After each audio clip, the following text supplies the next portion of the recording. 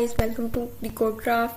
Today we are going to start chapter number 1, Theory of Systems. Theory of System समझने से पहले हमें सबसे पहले सिस्टम समझना पड़ेगा कि सिस्टम क्या है। सिस्टम एक ऑर्गेनाइज सेट होता है कंपोनेंट्स का जो एक दूसरे से कम्युनिकेट करते हैं एक स्पेसिफिक टास्क परफॉर्म करने के लिए। फॉर एग्जाम्पल आप एक एजुकेशनल सिस्टम की एग्जाम्पल ले लें। एक एजुकेशनल सिस्टम है, हमारा एक स्कूल है, उसमें उसके कंपोनेंट्स होंगे हम स्टूडेंट, टीचर्स, हमारे स्कूल की बिल्डिंग और उसका फर्नीचर। ठीक है, ये सब एक कंपोनेंट्स हैं इसके एक सिस्टम के। ठीक है, ये सब मिलके एक सिस्टम बना रहे हैं, एक सिस्टम बना रहे हैं एजुकेशनल सिस्टम। अगर कोई भी पार्ट इनमें से मिसिंग होगा तो हमारा एजुकेशनल सिस्टम जो है वो कंप्लीट नहीं हो सकता। तो एक सिस्टम को एक्सटर्नली भी देखा जाता है और इंटरनली भी देखा जाता है। एक और एग्जाम्पल है सिस्टम की जो है एक कार। कार जो है उसका इंजन है, उसके व्हील्स हैं, ब्रेक्स हैं और बहुत सी और चीज़ें हैं जो कि उसके कंपोनेंट्स हैं। वो सारे कंपोनेंट्स क्या करते हैं, अपना अपना रोल प्ले करते हैं एक सिस्टम बनाने के लिए। ठीक है, सब मिलेंगे, सब मिलके काम करेंगे तो कार जो है वो मूव करेगी। अगर इनमें से कोई भी एक पार्ट मिस हो जाएगा तो कार जो है वो मूव नहीं करेगी।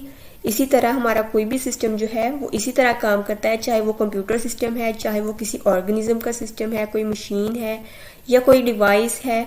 अगर उसके कंपोनेंट्स मिलके काम करेंगे कोई सेम गोल अचीव करने के लिए, सारे कंपोनेंट्स का गोल जो है वो एक ही होगा, सेम होगा, तब ही वो है जो एक मुकम्मल सिस्टम बनेगा। अदरवाइज वो एक मुकम्मल सिस्टम नहीं बनेगा।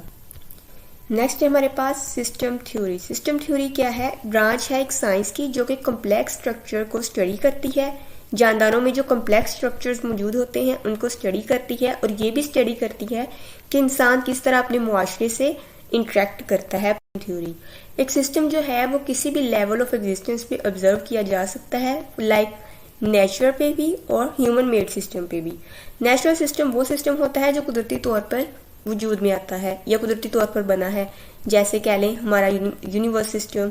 और ह्यूमन मेड सिस्टम वो होता है जो ह्यूमन ने नेचुरल रिसोर्सेज यूज करके खुद बनाया है, जैसे कि कंप्यूटर सिस्टम। ठीक है, अब कंप्यूटर सिस्टम में भी कंप्यूटर के जो पार्ट्स हैं, लाइक इसका जो है CPU है, इसका मॉनिटर है, इसका कीबोर्ड है, इसका माउस है और हर पार्ट जो है वो उसका एक कंपोनेंट है। अगर वो सारे के सारे कंपोनेंट्स जो हैं वो उसमें अपना अपना रोल प्ले करेंगे तभी वो एक कंप्यूटर सिस्टम बनेगा। इसी तरह हमारा जो है नेचुरल सिस्टम यानी कि यूनिवर्स सिस्टम है।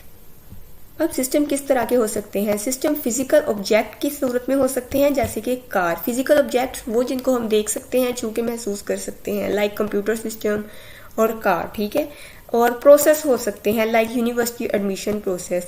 कोई प्रोसेस हो सकता है, वो भी एक सिस्टम हो सकता है।